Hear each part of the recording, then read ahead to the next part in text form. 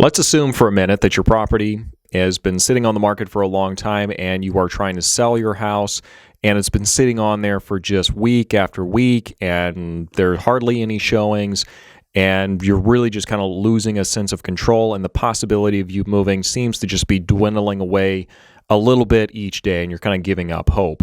Well, in this video, we're going to be talking about the best way you can retake control of the situation and put yourself back in the driver's seat. My name is Jamin Goecker. I'm a realtor with Keller Williams in South Central Alaska, and my mission is to help you to build an intentional and significant legacy for yourself and your family by coaching in real estate. And today, obviously, the topic is going to be the best way in order for you to regain control. And the first thing I'm going to say is that when you are looking at getting your property on the market, everyone has pretty much seen your property within the first couple of hours of it going onto the market, because people watch the market like hawks. And as soon as something comes on, like they're on it, they see the picture, they're asking for disclosures, and they're pretty much aware of the stuff that's just recently come up onto the market, at least the motivated buyers.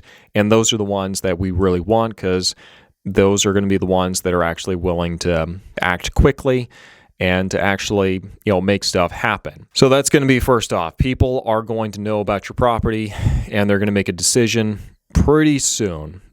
Maybe hours. It's probably not that fast anymore, but usually within about a day or so, they're going to make some kind of preemptive decision on your property. Yay or nay, we're interested, we're not interested. Even if they're just somewhat interested, that's already kind of a decision in the negative there. So their impression is going to be made in the very beginning. And it can be tough to get that back. Now, after that preliminary time where it's been on the market, people have obviously seen it, we've had a couple of showings, we're getting a little bit of feedback.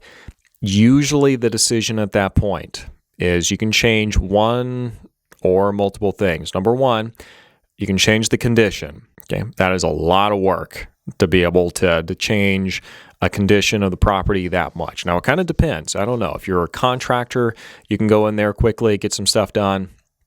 They can increase the value up to the amount that you're asking.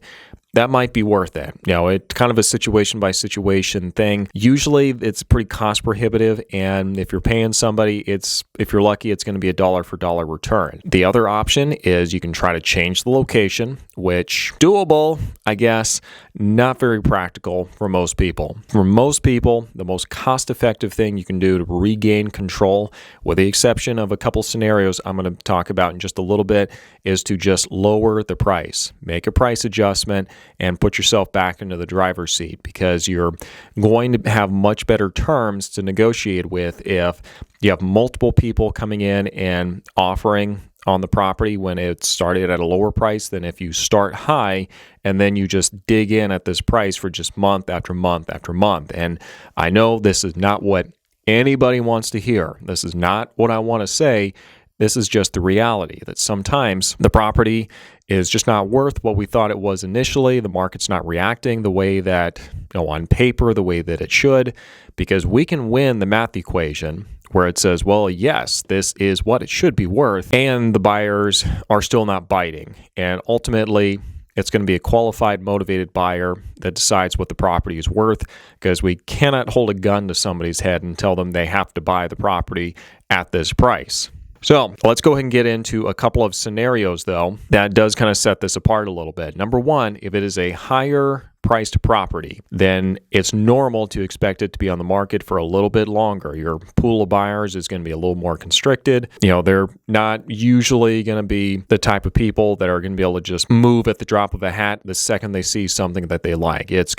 Properties in a higher price range, it's expected, they're going to take a little bit longer to sell. So that's number one. And number two is if it is a really, really large property, then it's probably going to take a little bit longer too, because like being in the higher price range, that's going to be a very specific person. If you have a $4,000, $5,000 plus square foot house, that's going to be a very specific family arrangement, usually someone who is going to want to purchase that. And it's going to be normal that that property is going to take a little bit longer to sell. I would expect that. I wouldn't be too alarmed about it. I would, I would hold off on making any big price cuts on that until we give it sufficient time, and that would just be a longer period of time before I would recommend that. And I mean, the other thing that I would also throw out there, you can keep the property on the market as long as you want to, but the longer that it stays on there, the less likely you are to get an offer at the very end that's actually going to be what it is that you're looking for. Because if you've been on the market for a long time, you're going to get a lot of buyers that are going to look at it and go, okay, well, they've been on there for 3-4 months.